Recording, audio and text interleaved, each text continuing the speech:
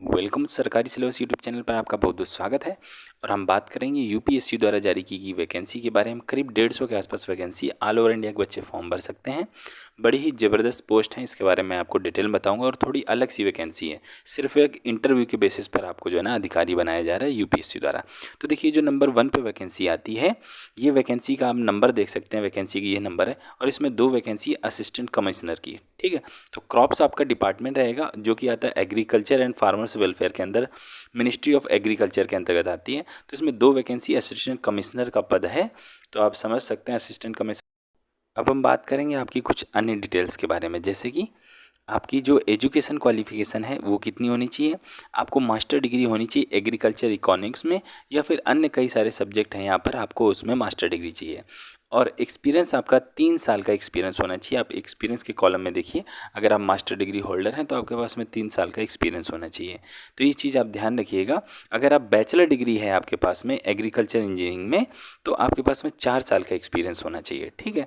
तो ये सारी जो वैकेंसी हैं, इसमें एक्सपीरियंस रिक्वायर्ड है। आपके पास में एक तो डिग्री हो, साथ में एक्सपीरियंस हो, तब आप इसमें फॉर्म भर पाएंगे। और फॉर्म भरने के बाद सिर्फ एक इंटरव्यू और आप असिस्टेंट कमिश्नर जो है ना यूपीएससी द्वारा बनाए जाएंगे। जो दूसरी वैकेंसी है, वैकेंसी का नंबर आप सामने देख सकते हैं। 29 वैकेंसी, 29 वैकेंसी है। असिस्टेंट इंजीनियर का पद रहेगा। क्वालिटी एश्योरेंस में आप डिपार्टमेंट रहेगा, जो कि आता है डायरेक्टरेट जनरल क्वालिटी एश्योरेंस में आता है, department of defence production, ministry of defence, ठीक है। तो मिनिस्ट्री ऑफ डिफेंस में आपकी ये जो है ना वैकेंसीज होने वाली 29 वैकेंसी है। एससी के लिए 4, एसटी के लिए 2, ओबीसी के लिए 8 और अनरिजर्व्ड के लिए 14 वैकेंसी है, ठीक है। इकोनॉमी वीकर सेक्शन के लिए 1 है। अब इसके अलावा और डिटेल्स आप देख सकते हैं इस पद के लिए। मास्टर डिग्री एजुकेशन आप देखिए एजुकेशन के कॉलम में, तो ये मास्टर डिग्री आपके पास में होना चाहिए इन साइंस, ठीक है। और फिजिक्स केमिस्ट्री किसी एक सब्जेक्ट वगैरह ये होना चाहिए। और आपकी एज जो है ना मैक्सिमम 30 साल होनी चाहिए। एजुकेशन हमने बता दी। एक्सपीरियंस आपके पास में 2 साल का एक्सपीरियंस भी मांगा गया है। और ये परमानेंट पोस्ट है, सेंट्रल गवर्नमेंट की सर्विस है। ग्रुप बी की आपकी सर्विस होने जानी है। और जो है ना नॉन मिनिस्ट्रियल है बट गेस्टेड पोस्ट है आपकी, ठीक है। मतलब आप एक राजपत्रित अधिकारी बनेंगे ग्रुप बी के। तो ये इंपॉर्टेंट डिटेल्स होगी। और लोगों को छूट भी मिलेगी, एससी एसटी को 5 साल की उम्र सीमा में छूट रहेगी। इसके बाद तीसरे नंबर पर जो वैकेंसी आती है, वैकेंसी के नंबर आप देख सकते हैं 74 वैकेंसी, मतलब कि 74 वैकेंसी हैं for the post of assistant engineer. Quality assurance electronics department है आपका, जो कि आता है मिनिस्ट्री ऑफ डिफेंस के अंतर्गत ही है। तो टोटल आप देख सकते हैं कि एक अच्छी वैकेंसी 74, 74 वैकेंसी हैं, जिसमें एससी के लिए 11, एसटी के लिए 6, ओबीसी के लिए 20, इकोनॉमी वीकर सेक्शन के लिए 1 और अनरिजर्व्ड के लिए 36 वैकेंसी इसमें होने वाली हैं। तो अब हम इसके बारे में और डिटेल में देख लीजिए। परमानेंट नौकरी है आपकी, ठीक है। ग्रुप बी की गेस्टेड जॉब है आपकी। पे स्केल 7th पे आपको मिलेगा। पे स्केल लेवल 7 का रहेगा, 7th सीपीसी के अनुसार। और 30 साल मैक्सिमम एज है। इसेंशियल एजुकेशन क्वालिफिकेशन है मास्टर डिग्री इन साइंस, ठीक है। तो मास्टर डिग्री होनी चाहिए और एक्सपीरियंस आपका 2 साल का प्रैक्टिकल एक्सपीरियंस होना चाहिए प्रोडक्शन डिपार्टमेंट में, या डेवलपमेंट और क्वालिटी एश्योरेंस में। तो आप ये देख सकते हैं कि कितनी बेहतरीन नौकरी है। 74 पोस्ट हैं, ऑल ओवर इंडिया के सारे बच्चे इसमें फॉर्म भर सकते हैं जो इसकी एलिजिबिलिटी रखते हैं, एजुकेशन क्वालिफिकेशन और एक्सपीरियंस रखते हैं, ठीक है। अब इसके बाद अगली पोस्ट की तरफ बढ़ते हैं। नंबर 4 की जो पोस्ट है, इसमें 54 वैकेंसी हैं, ठीक है। पद का नाम है असिस्टेंट इंजीनियर क्वालिटी एश्योरेंस जेनटेक्स में, ठीक है। तो जेनटेक्स में आप देख सकते हैं टोटल जो है ना 54 वैकेंसी हैं। एससी के लिए 8 हैं, एसटी के लिए 4 हैं, ओबीसी के लिए 15 है, इकोनॉमी वीकर सेक्शन के लिए 2 हैं, अनरिजर्व्ड के लिए 25 है, फिजिकली हैंडीकैप्ड के लिए 2 वैकेंसी हैं, ठीक है। तो आप यहाँ से देख सकते हैं कि 54 एक अच्छी वैकेंसी आपको देखने को मिल जा रही है। अब इसकी और बातें हम देख लेते हैं, जैसे कि ये परमानेंट नौकरी है, ठीक है।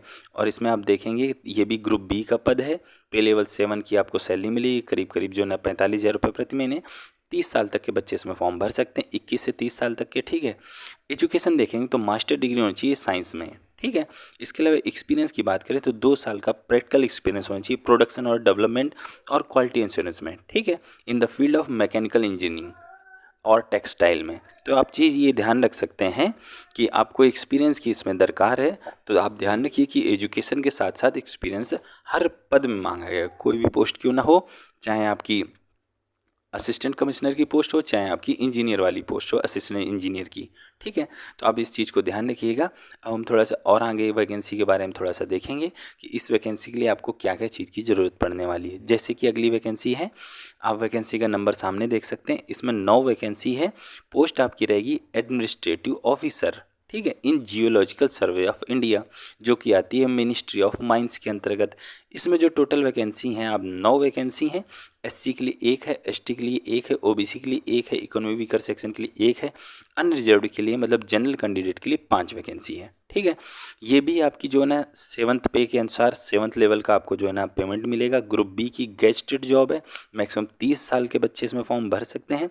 आपके पास में बैचलर डिग्री होनी चाहिए और एक्सपीरियंस 2 साल का एक्सपीरियंस होना चाहिए एडमिनिस्ट्रेशन में, या फिर अकाउंट या स्टेब्लिश में होना चाहिए, या लीगल में, या फिर विजिलेंस मैटर में होना चाहिए। ठीक है, तो आप ये ध्यान रख सकते हैं कि आपके पास में एक्सपीरियंस यहाँ भी मांगा गया है 2 साल का, और बैचलर डिग्री मांगी गई है। 30 साल का कोई भी बच्चा इसमें फॉर्म भर सकता है, चाहे लड़का हो या लड़की।